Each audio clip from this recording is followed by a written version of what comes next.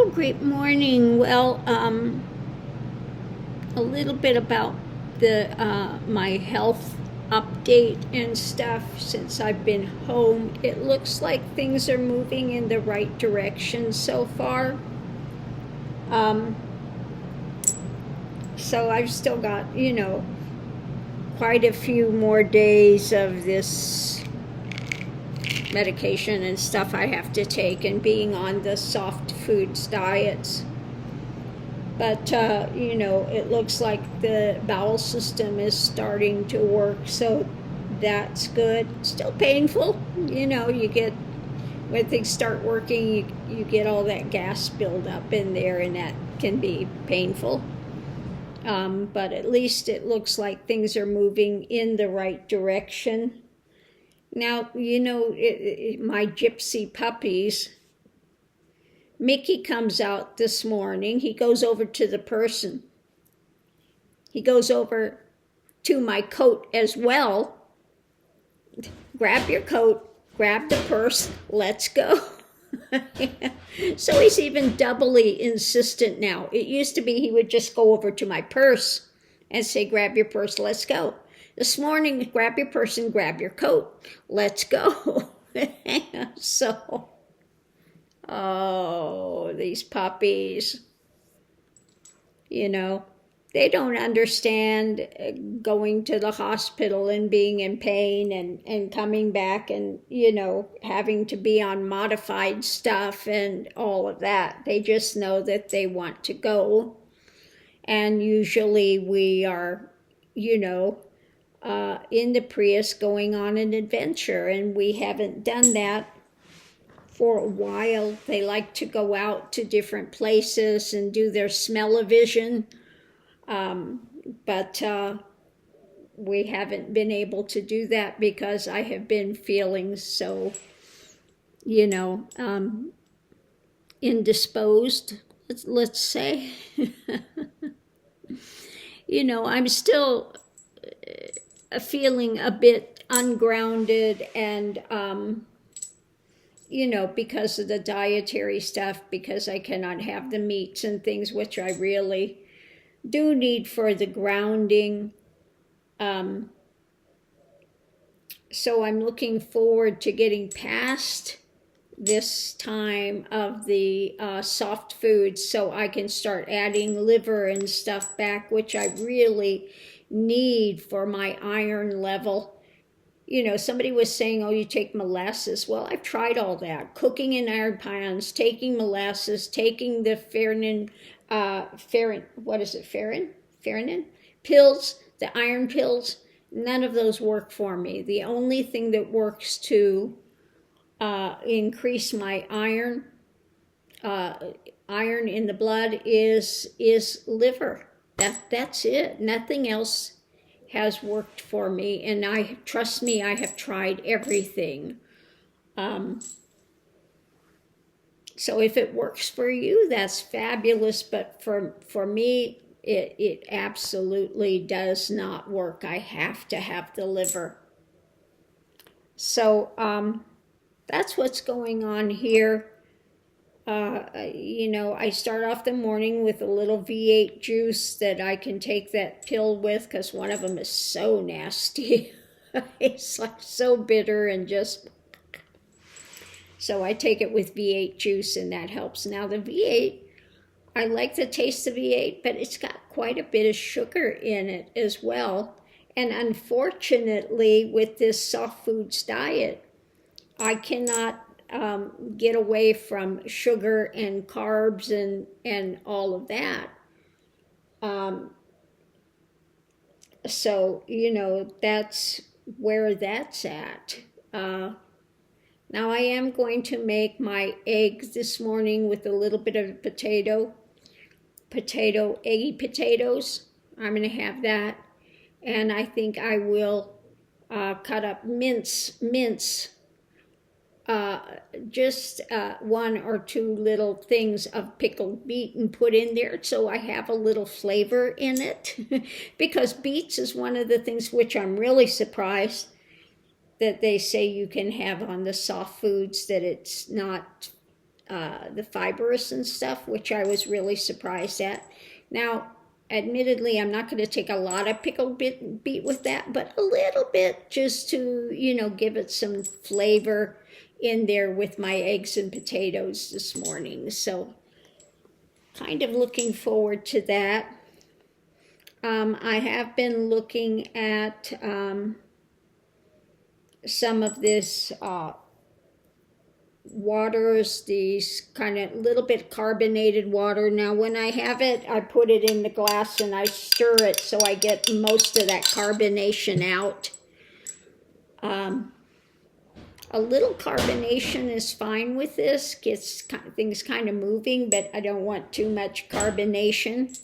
I don't want to overkill the intestines and things. So I make sure that it's minimal. Here come the puppies. Hi, Mr. Mickey. Yes, I know. Gypsy puppy.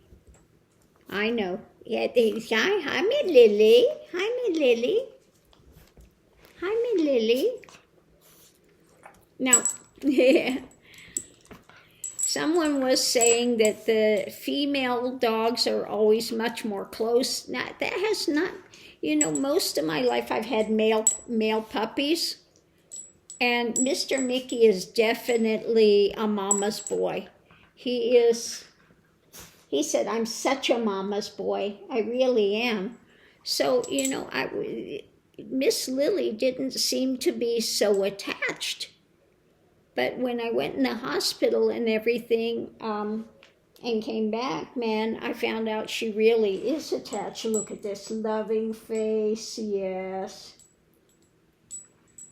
Now what happened that I found that out too was that when I was in the hospital, Ronald was in there doing some laundry for me, and she heard my voice on the phone and was sounding like she was being murdered, screaming, and just, it was like, what is happening to her? I thought something was wrong with her, that something had happened to her because she was screaming Mimi's.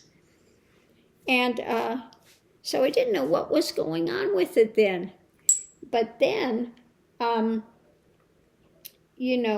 I had already come back from the hospital, and then I had to go to the hospital again to get my medication. And she heard my voice again when I was talking to him on the phone, and she did it again. And then I realized, oh my God, she hears my voice and she's screaming Mimi's because she hears my voice, but I'm not here. So then I found out that she is really attached, So now I have to work on it with her to know that I can go out for a few seconds. I'm going to be back. I'm not running away. I'm not leaving them forever. And that it's okay. So we'll see. That's going to take a little time to build up her trust, to find out that I'm not going away, and unfortunately there's no way to explain to them when there's an emergency and you get hospitalized, all of a sudden you're here and then you're not here. So I'm going to, start working on that. But right at this moment, I'm taking it easy. Now, I did take them out yesterday for a little drive. There's a place that's here and it's like 15 minutes away, and we go out there and I didn't take them outside for a walk because I'm not to that point right at the moment. I'm still feeling a bit weak. But I did crawl in the back and rest with them for a little while, and they were happy with that. And like I said, Miss Lily's thing is to get in there when the car's moving. She wants to eat. I don't get it, but that's her thing. So, we went out and she was able to eat in the car. eat on the move. So she was able to do that yesterday, and yeah, we did go out for a few minutes, but you know, we didn't spend very long out there because, like I said, I am still feeling weak. But I am making, it looks like I am making progress, and that these antibiotics are doing their job. And so far, I have been tolerating the soft food okay. I've been tolerating it well. I haven't had a feeling of any more, you know, stabbing pains. I've just, you know, the pain from the things starting to work again, and you get that pockets of gas trying to move things. So that's painful, but it's not the sharp pain of stabbing with a hot poker. Where they're trying to disembowel you with a hot poker is what it feels like. Yeah, very unpleasant, very painful. So that is moving in the right direction. Yeah. So my pie saga, no, I didn't eat all of it. I still have more, you know, out there, and I'm having it little by little, but I am enjoying every bite of that for sure. I didn't want to do too much because it does have some of those spices in it and things, so I don't want to overdo that for sure. So that's where it's at, you know. It looks like it's moving in the right direction. I'm still a bit pasty white, although I am getting some color back. That's why I put the lipstick on, so I don't look like I'm totally dead. It does help. It gives a little color to my face. But yeah, I'm glad the weather is now starting to warm up. So I'm happy with that.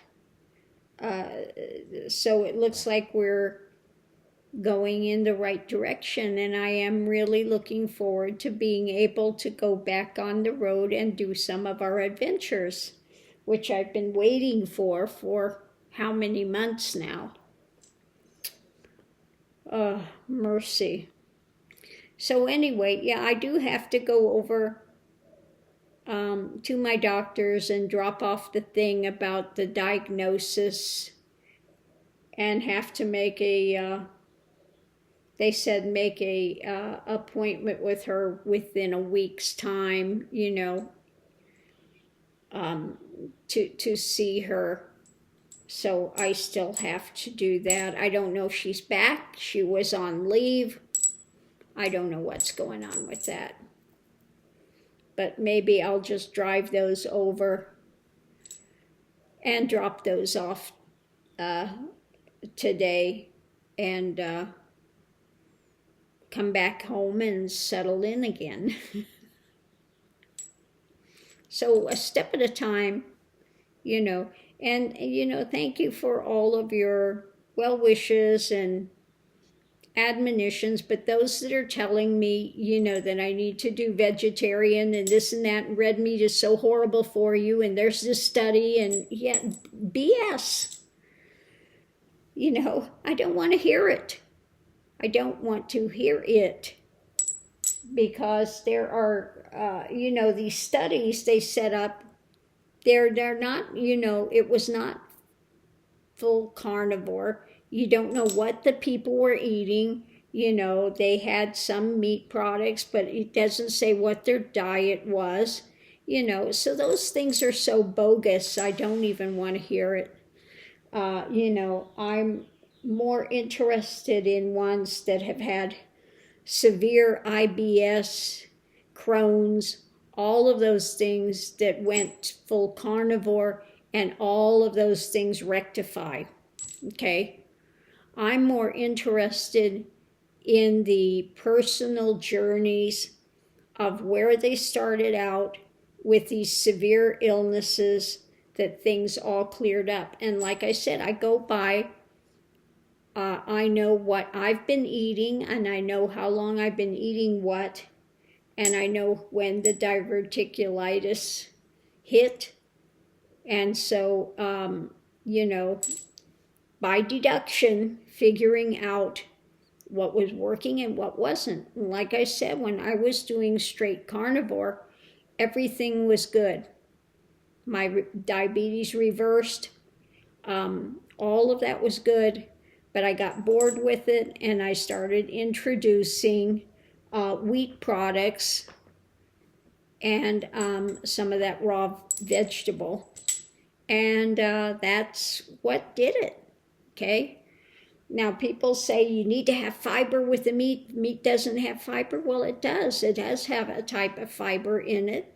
And when I was doing straight carnivore, everything was regular. I had no constipation, no diarrhea, nothing of that sort at all. Everything was working really, really well until I had introduced wheat products and the raw pepper and tomatoes, and that's when it all went crashing southward into this, painful episode. Now, I've listened to so much, and the doctors that are honest are saying, we really don't know what causes diverticulitis. And at first they were saying, don't have nuts, don't have seeds, don't have that. Well, I never eat any of those, okay? Never, ever, ever do I eat any of those.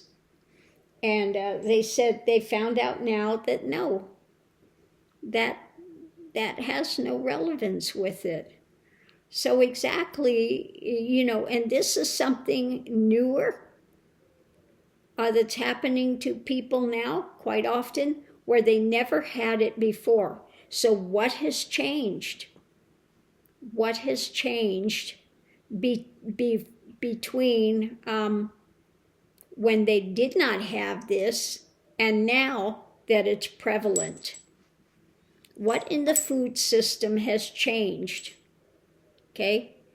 Well, what's changed is they went from growing up young, meat and potatoes and the things that you had that were made, then they changed again the wheat. Now, it used to be the wheat stalks were those tall stalks and the waving grains, in our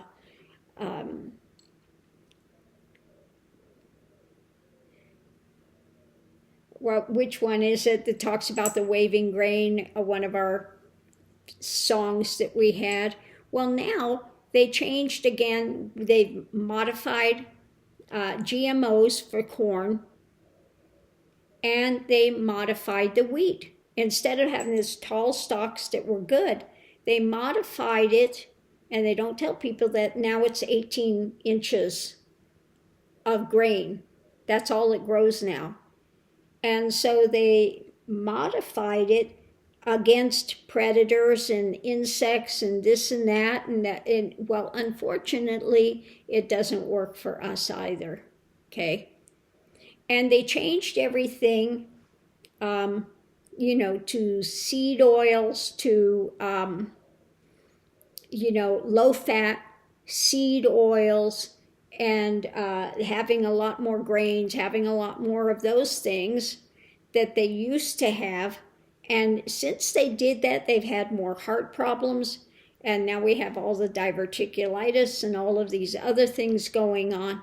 So, you look at what it was before, in the 50s, etc., and then you see when they started bringing in this thing that you should have all these grains and very little meat, and that's when people started having all these difficulties and problems, etc.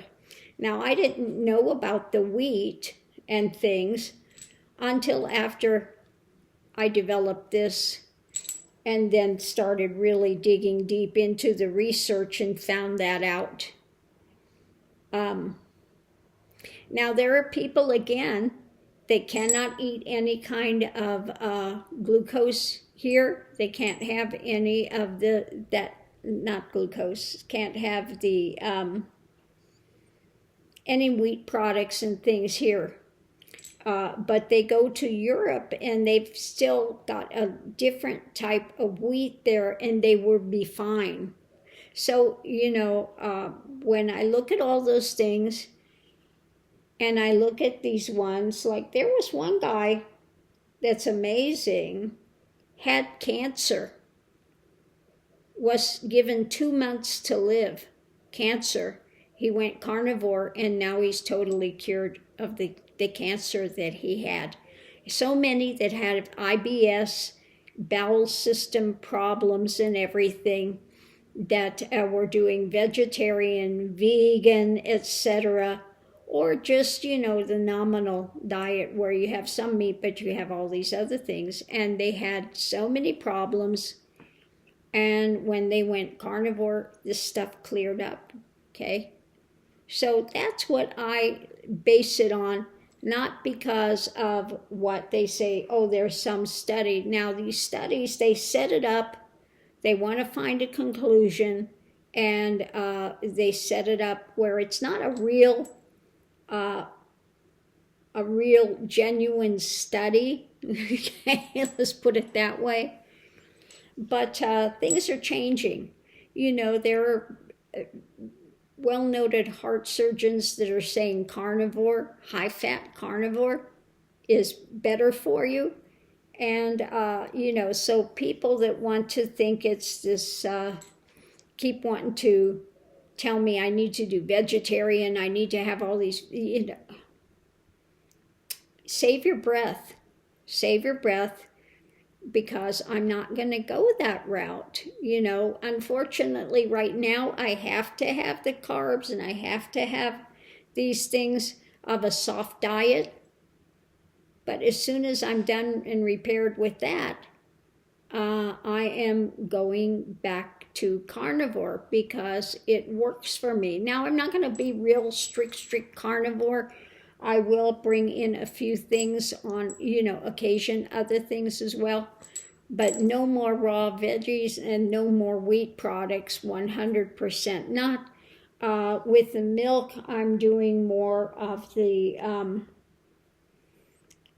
what is it? The ones without lactate for the moment, for sure. Just to be on the safer side. But that's where it's at. With me, what's going on. And like I said, I was vegetarian before, and that's when I developed the diabetes. Okay? So please do not preach to me about veganism, about vegetarianism. I've been there, I've done that, and it ruined my health. Okay? And that's the long and short of it. Now, again, you may be vegetarian and it may work for you the rest of your life, and it may work for you, and it seems to be a 6-year mark that people start really having some difficulties with things with it. But if it works for you, that's fabulous. I'm not telling everyone they have to be carnivore. You have to do what works for you. So I'll leave that here.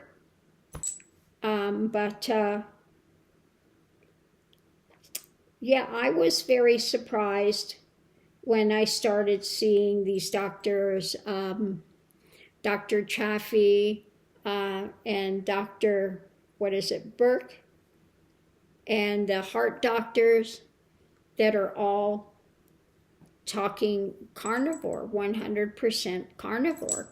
Okay, now I'm not going to be, like I said, that radicalized on it, but I know that for me, that works much better. So when they say, oh, well, you were having red meat and that's what caused your diverticulitis and you didn't, no, I know 100% that's not what caused it. What caused it is the wheat products, and then I think some of it was to do with the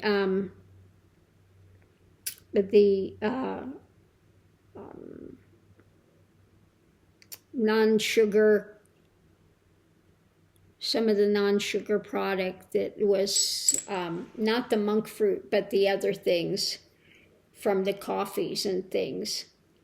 So I think those things together, the, what do they call, sucralose or the other things that they make this stuff out of, I think that that with the wheat really, and the over fiber for the stuff, really was my undoing, shall we say. And I don't ever want to have to go through the diverticulitis again.